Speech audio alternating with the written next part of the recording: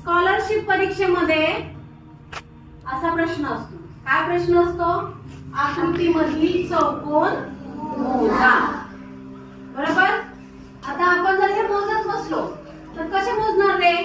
1 2 3 4 5 6 7 8 9 10 11 12 झाले 12 चौकोन. पण 12 चौकोन तिथं नाहीयेत आणि 12 उत्तरच नसतं.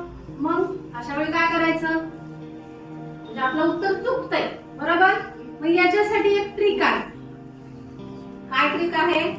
तर जे काही चौकोन झालेले आहेत त्या चौकोनांना आपण काय करायचं?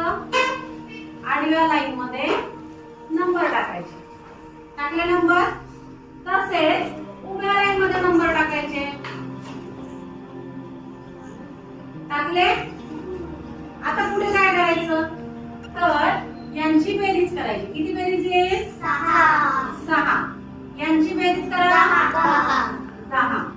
आणि आता या दोन्हींचा गुणाकार करायचा. काय करायचा? गुणाकार. किती गुणाकार? 60. याच्यामध्ये चौकोन किती आहे? 60 आहे. बघा आपण नुसत्या दर्शनी भागामध्ये आपल्याला किती 12 दिसत होते. बरोबर. पण खरे आहेत किती त्याच्यामध्ये दडलेले चौकोन? 60 आहेत. मग ते आपण त्या ट्रिकने काढलं. बरोबर. आणि किती वेळात काढलं? 0 मिनिटात काढलं. बरोबर का नाही? मग आता या पुढच्या आकृतीचे चौकोन कोण मोजायला येणार? निकाह. ठीक आहे. आता निकाह तुम्हाला चौकोन मोजून दाखवणार आहे.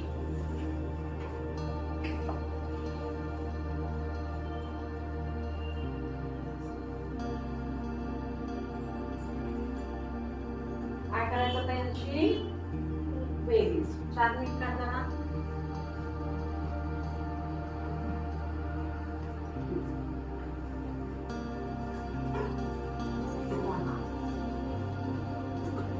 आता काय करायचा? गुणाकार करायचा.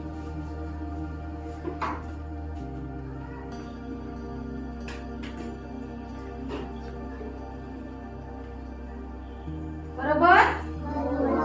किती वेळात? कमी वेळात काढलं ना? आहे की नाही? आहे ना ट्रिक छान? अशी ट्रिक वापरून आपण गणित सोडवायचे म्हणजे आपला परीक्षेमधला वेळ वाचतो. ठीक आहे. ट्रिक लक्षात राहील. चौकोन मोजायचे असतील तेव्हा सरळ काय करायचे? उभे नंबर द्यायचे, आडवे नंबर द्यायचे, त्यांची बेरीज करायची आणि नंतर काय करायचा?